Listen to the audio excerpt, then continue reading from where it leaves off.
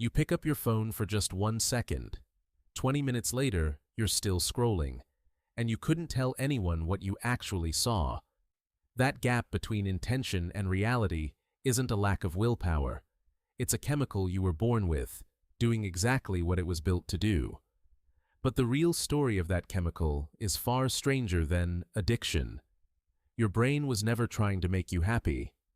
For decades, scientists believed dopamine was the brain's pleasure chemical, the reward you feel after something good happens.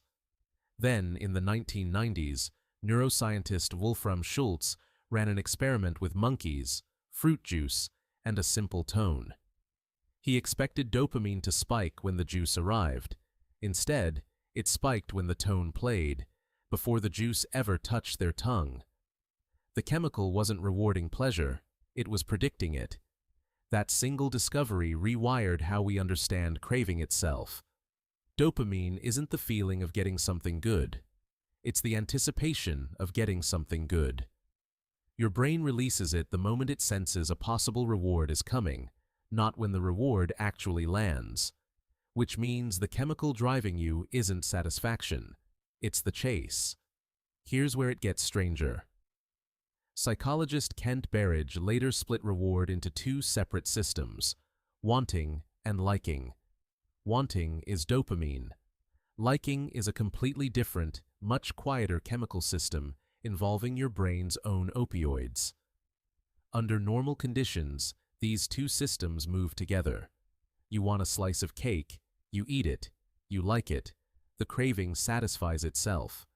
But certain things can hijack wanting without ever satisfying liking. Notifications, slot machines, infinite scroll. Each one triggers a small dopamine spike tied to uncertainty, the same unpredictable timing your ancestors experienced while foraging, never knowing which bush would have ripe berries. Uncertain rewards create larger dopamine spikes than guaranteed ones. Your brain evolved to prize unpredictability, because in the wild, unpredictability meant new information.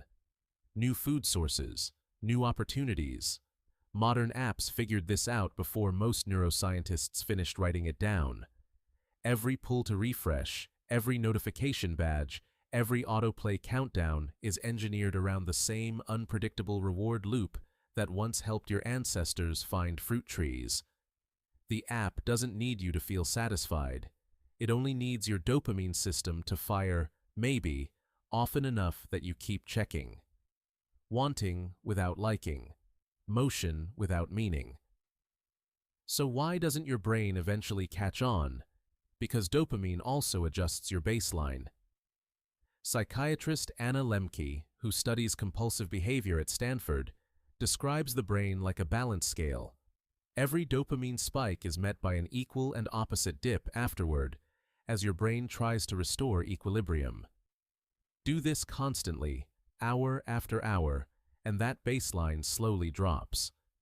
The world that once felt engaging without a screen starts to feel flat, slow, understimulated by comparison. This is the trap tightening. Not because you're weak, because your dopamine system was built for a world of scarce, unpredictable rewards. A handful of berries here, a successful hunt there. It was never built for a world offering thousands of tiny unpredictable rewards every single day, each one small enough to ignore and constant enough to add up. Your ancestors' dopamine system kept them alive. It made uncertainty feel worth investigating. It made searching feel almost as good as finding. That single evolutionary trick let humans explore unfamiliar terrain, try new foods, take social risks, expand into nearly every corner of the planet. Now that same trick keeps your thumb moving across a glass screen at 1 a.m., chasing a feeling that arrived 20 scrolls ago and never came back. The strange part isn't that this happens to you. It's that it isn't a flaw at all.